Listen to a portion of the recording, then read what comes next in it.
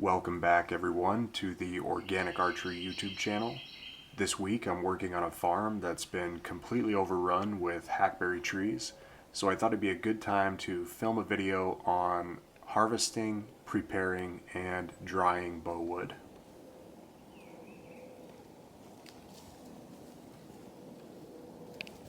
This landowner was gracious enough to give me permission to cut as many hackberry trees as possible from his land in a trade for a couple of custom bows. So he says it's nearly impenetrable in the summertime and they are choking out the understory and killing all of the other native species. So he's going to be basically clear cutting these over the next couple of years. In my opinion, the best bows come from the lower 6 feet of the trunk, and it is a bonus if you find a tree tall enough to give you more than one 6-foot section. But I try to shoot for at least 6 feet, preferably 75 to 80 inches. That way I always have the option to build English style longbows and also have some extra material to sort of work around knots and imperfections when laying out the bow. It's always wise not to cut, say, a 60-inch piece just because you want a 60-inch bow. The extra length will open up your options, and I think you'll find it beneficial. There are many good bow woods out there, but to name a few would be hackberry, hickory, maple, oak, walnut, and of course the famous osage and yew trees. But as a bit of a blanket statement, a good place to start is any hardwood tree with a specific gravity above 0.50, preferably above 0.60. And specific gravity is just the wood's density in relationship to water. So identify your tree, Google its specific gravity, and know that if it's above 0.60, it's probably a good candidate. But the only way to truly tell is to try to build a bow from it. Trees of this size aren't all that dangerous and can even be felled with simple hand tools, but I'm still going to work through my 5-step tree felling plan. I'm checking the canopy for anything that might fall on me. I know my escape routes, and I'm setting up a proper hinge. Once you start getting into much larger trees, say 10 to 12 inch and above in diameter, they can definitely kill you if something goes wrong. So trees like this are what I recommend for beginners. They're just easier to cut, easier to transport, and they make excellent bows. Even though these trees are small and relatively safe, you will see it pinch my saw and get hung up in the canopy here.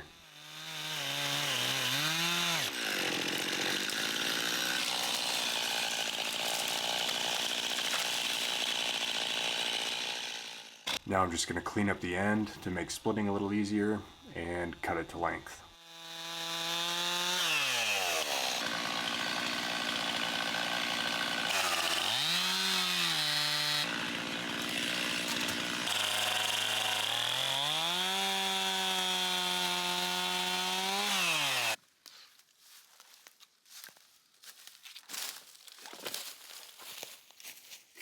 Here's what I've cut so far, and it's everything from small 2-inch saplings up to about 6 inches in diameter. And the diameter is going to determine how many staves you get from the log. Larger trees can get 8 or more, and say 4 to 5 inches in diameter, you can get 4 bow staves by quartering the log. And then the small stuff, it's best just to plan for one good bow. But when in doubt, shoot for the lower number of staves. It's better to have 4 really nice staves than 8 ruined staves. And I lost a lot of bow wood in my early years trying to get too greedy with my splits. Regardless of the size of the log, you'll want to start by splitting it down the center. Simply drive 1 or 2 wedges into the end to open up the split, and then leapfrog your wedges down the tree until it pops in half. From there, you'll have to decide whether you can get 4 or 8 splits.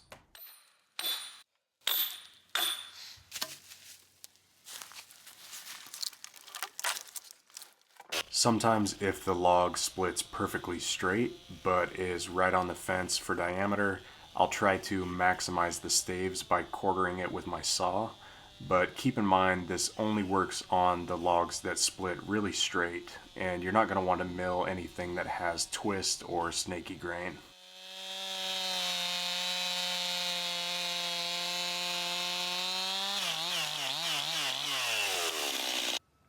This is what I managed to cut and split from 10:30 in the morning to 3:30 in the afternoon, and it's time to go home and clean them up.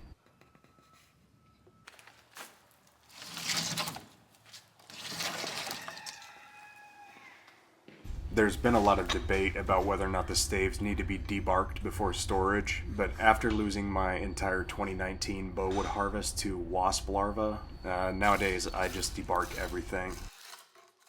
If you're going to leave the bark on, I'd recommend spraying it with diesel fuel or some type of pesticide, but I don't like to use that stuff, so I just debark them.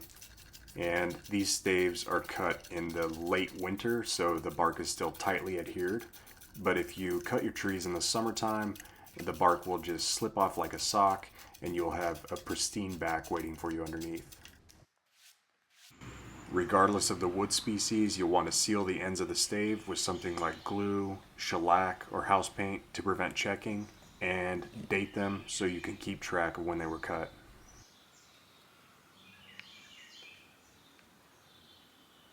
For all of the whitewood species like hickory, hackberry, maple, etc., you'll be able to use the growth ring directly under the bark for the back of your bow. But Osage orange is going to need a little bit of special treatment because the sapwood shrinks very rapidly and can damage the staves. So here you can see all of my Osage gets chased down to an interior heartwood ring, and you'll want to seal both the backs and the ends of the stave. But the whitewood species don't typically have as many problems pulling apart when they're drying, so I don't usually seal the backs. The drying time is going to depend on whether you leave it as a full-size stave or reduce it. A full-size stave is basically just a quartered log and is going to require no less than 12 months and preferably 18 months to 2 years drying time. Here's a look at what I consider a reduced stave that's been taken down to 1.5 inches thick and 2 inches wide, and this is going to dry in about 3 to 6 months depending on your climate. And this is a bow blank that is full width, so 2 inches wide with about 3/4 inch thick limbs, and this is going to dry in 1 to 3 months. The bow making process can be sped up considerably using an artificial heat method like a dry box or Keith Shannon and Thad Beckham's fire hardening method, but I'm not going to cover that in this video. Just keep in mind that every shortcut you take does increase your risk for damaging the stave. And with that said, I've got a truckload of staves to process, so I hope you found this video helpful, and I'll see you next time.